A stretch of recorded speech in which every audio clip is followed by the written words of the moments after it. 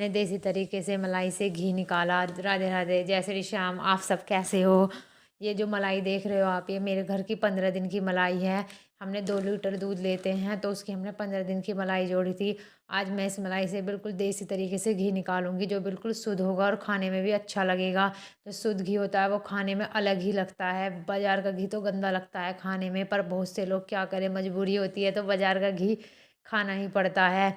मलाई को मैंने चाहती तो ब्लेंडर से भी कर सकती थी, लेकिन मैंने सोचा मैं घी को बिल्कुल देसी तरीके से तैयार करूँगी।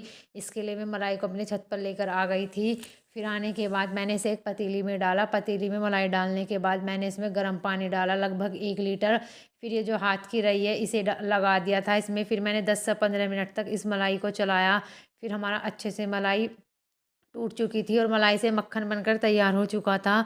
जब हमारा मक्खन बन के तैयार हो गया था तो मैंने इस पतीले को 1 से 2 मिनट के लिए अच्छे से हिलाया, ताकि मक्खन इकट्ठा हो जाए। फिर मक्खन इकट्ठा होने के बाद मैंने निकालना शुरू कर दिया था। सारे मक्खन को एक कटोरे में निकालने के बाद मैंने इसमें से मट्ठा भी निकाल दी थी, क्योंकि मट्ठा आ जाती है। हम मट्ठा जितनी ज़्यादा निकाल देते हैं तो घी हमारा उतनी आसानी से बन जाता है। मौसम भी काफ़ी अच्छा हो रहा था। जब हम छत पर आए थे तब तो कोहरा हो रहा था, अब तो हल्की हल्की धूप भी निकल गई थी।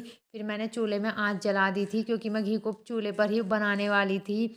आँच जलाने के बाद मैंने चूल्हे पर पतीली रख दी थी। फिर जितना भी मैंने मक्खन निकाला था उसको उस पतीली में डाल दिया था और आँच जला दी थी।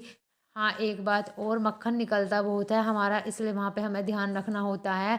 जब भी निकलने को आए तो पतीले को गैस पे से उतार देना चाहिए, इससे हमारा घी नहीं निकलता। कुछ ही देर में हमारा घी बनकर तैयार हो चुका था। फिर मैंने इसे एक अलग कटोरे में निकाल लिया था। आप देख सकते हो कि 15 दिन में मेरा कितना घी निकला।